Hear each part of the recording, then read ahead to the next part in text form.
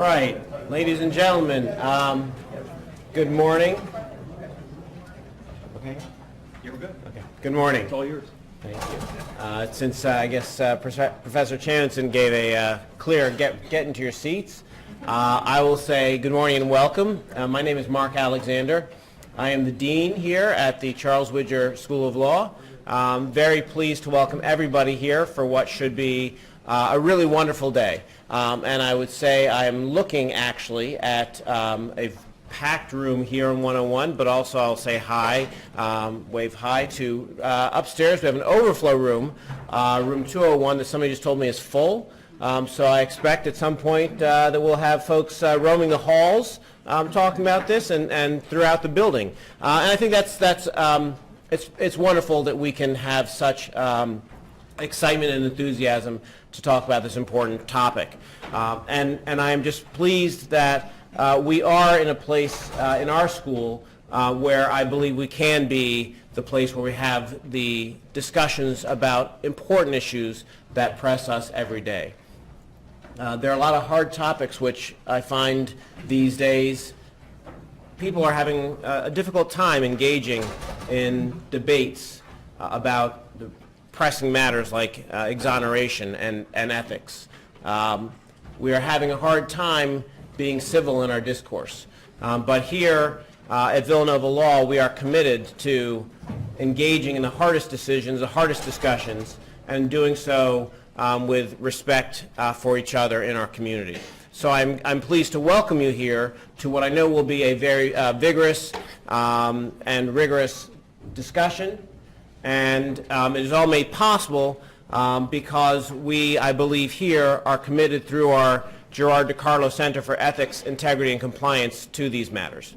I am always pleased when we do host such matters, and I'm also very pleased to be able to turn this over in just a moment to the person who directs the Girard-diCarlo Center. It really is something which can be at the core of what we do every day, which is debate matters of ethics and integrity, and ultimately make sure we put values at the core of our legal education.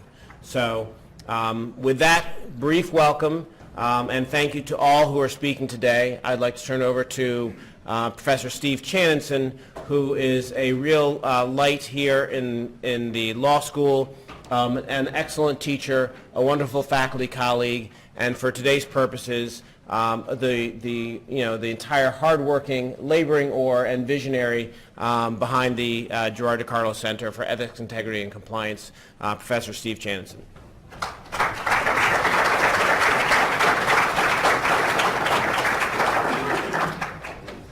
Good morning. Thank you very much, Dean. I appreciate your kind words, and really, in all seriousness, your leadership to make an event like this something that was very easy for me to put on. I'm only going to talk for a couple of moments. I'm going to start with the most important thing you'll hear from me all day.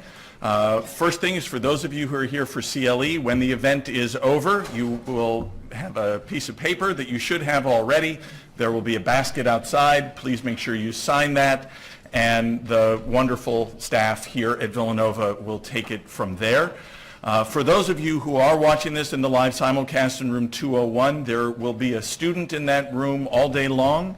If you have questions you would like to pose to the panel, please raise your hand. The student will take your question and, through the miracle of modern technology, communicate it to us in this room, and we'll pass those questions on to the panelists.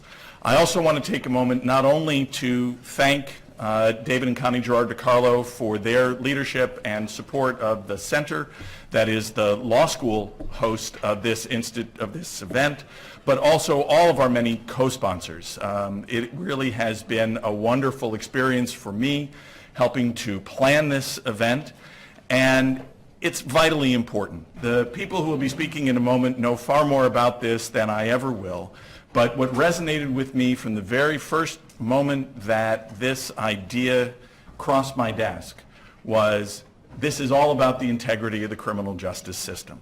You'll see that we have defense attorneys and prosecutors, and that's on purpose, because this is not a political issue, or at least in my opinion, it shouldn't be, because this is all about the integrity of the system that I've dedicated my professional life to working in, and I know many of you have as well.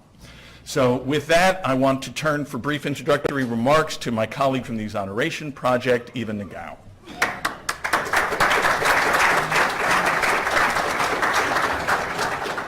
Thank you. Good morning to this room and others upstairs. My name is Eva Nagao, and I am the Managing Director of the Exoneration Project at the University of Chicago. We're a pro bono legal clinic that works on wrongful convictions in Chicago and across the nation.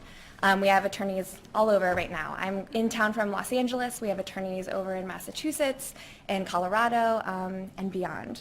But we are really excited to be here today because this is the culmination of a year-long conversation with the other co-organizers of this event. That includes the National Registry of Exonerations, that includes the the Defender Association of Philadelphia, Brad's looking me straight in the eye, the Maryland Office of the Public Defender, and, you know, the ACLU has been working too hard exonerating too many people, I think, to be part of all of our telephone conferences, but we welcome you all here as part of the panels for all the work that you're doing. And I think that these offices, along with the Exoneration Project, have really taken a bulk of our work and a bulk of our time to look at the issue of mass exonerations and to really try to elevate this dialogue to the national level. And I think for the Exoneration Project, this is huge. Hey, Deb. Because we have been in this arena for about 10 years now, and we have dozens of exonerees that we've worked with, and thousands of applicants that have talked to our project about their stories, the injustices that they've seen in the system, and we've really been listening for a long time to all of those stories. And a lot of the work that we've done and a lot of the success that we've had in our arena of wrongful convictions has been due to our ability to listen to those stories and to really connect the dots in the patterns of wrongful convictions across the country, and for us, especially in Chicago. And what that's meant is that our exonerees, have amazingly different and compelling stories. They're very unique individuals and very unique cases, but they share a lot of common characteristics. And for our Chicago clients especially, those common characteristics include police misconduct, and includes misconduct by a lot of the same police officers. And I think it's worth noting and worth talking about that most of our clients are people of color as well. And so we see these same trends elevated to national dialogue across the country. And we are so happy to be at the table talking to people doing this work in different cities and in different counties all over the nation. We want to connect our dots with your dots. And so we've been having this conversation, for the past year, but many of you in this room have been talking about these issues for a long time. Many of you have been conducting mass and group exonerations for a long time. I think that we're in unprecedented time. I think that, we're going to hear DA Larry Krasner talk about this unprecedented time at our lunch keynote session. But I think that the most important thing is that we have the ability to really uncover, track, and analyze a lot of data at once. And so all the stories that we've been collecting and that we've been listening to for all these years are coming together so that we can use the work that we've done to really share, our success and really connect those patterns with other cities and other individuals across the nation and across the aisle too, which I think is really important to note, as the speakers before me have done. So I just want to say that we have been talking about this for a year. We're the newbies in the room. The Exoneration Project is honored and humbled to be in discussion with all of our colleagues here, and we're really looking forward to a lot of our distinguished panelists who are going to get down to the brass tacks of really how to litigate mass exonerations. And so I'm going to stop talking because I would like us to really get into it and open up the conversation so that we can go forth from here and start talking about how we can bring the work that we're doing to the work that you all are doing. So Debbie Levy asked me, aren't you so excited that you guys have been planning this for an entire year and this day is finally here? And, you know, honestly, I am. I'm so excited to hear all that we have to share today, but I'm really looking forward to tomorrow when I hope that you will come to the Exoneration Project or the Maryland Office of the Public Defender, or the Defender Association of Philadelphia, the National Registry of Exonerations, and share your data with us. Because I think that, you know, once we open this dialogue and elevate this dialogue, that we'll find that we have a lot of the same types of cases, a lot of the same types of injustices, and a lot of the same types of clients. And in mass, we can do a lot of good, you know, a lot more of the time. I think it's really important, and the last thing I'll say for the Exoneration Project is that we have been doing innocence work for a really long time, and we stand on the shoulders of some real greats from the Innocence Project who are here today. But this is a pivotal and really